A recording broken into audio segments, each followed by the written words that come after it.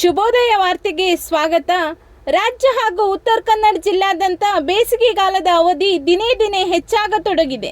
ಆದ್ದರಿಂದ ಮುಂಬರುವ ಕೆಲವು ದಿನಗಳಲ್ಲಿ ಹವಾಮಾನದಲ್ಲಿ ಬದಲಾವಣೆ ಉಂಟಾಗಿ 40ರಿಂದ 50 ಸೆಲ್ಸಿಯಸ್ನಷ್ಟು ತಾಪಮಾನ ಏರಿಕೆಯಾಗುವ ಸಂಭವವಿದೆ.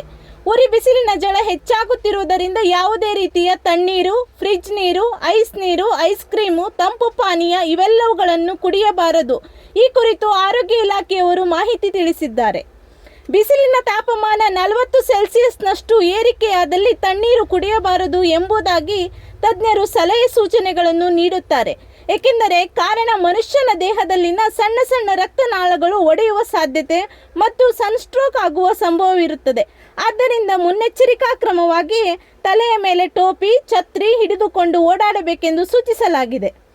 ಉರಿ ಬಿಸಿಲಿನ ಝಳದಿಂದ ಒಮ್ಮೆಲೆ ಮನೆಗೆ ಬಂದ ಮೇಲೆ ಕೈಕಾಲು ತೊಳೆಯುವುದು, ಸ್ನಾನ ಮಾಡುವುದು ಮಾಡಬಾರದು. ಅರ್ಧ ಗಂಟೆ ಬಿಟ್ಟು ಸ್ನಾನ ಮಾಡಬಹುದು.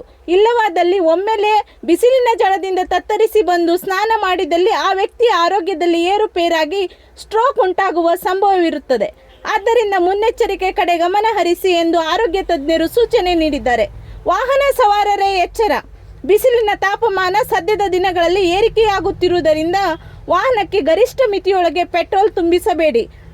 ಅರ್ಧದಷ್ಟು ಇಂಧನವನ್ನು ತುಂಬಿಸಿ ಗಾಳಿಯನ್ನು ಅನುಮತಿಸಿ ಅಪಾಯದಿಂದ ತಪ್ಪಿಸಿಕೊಳ್ಳಿ.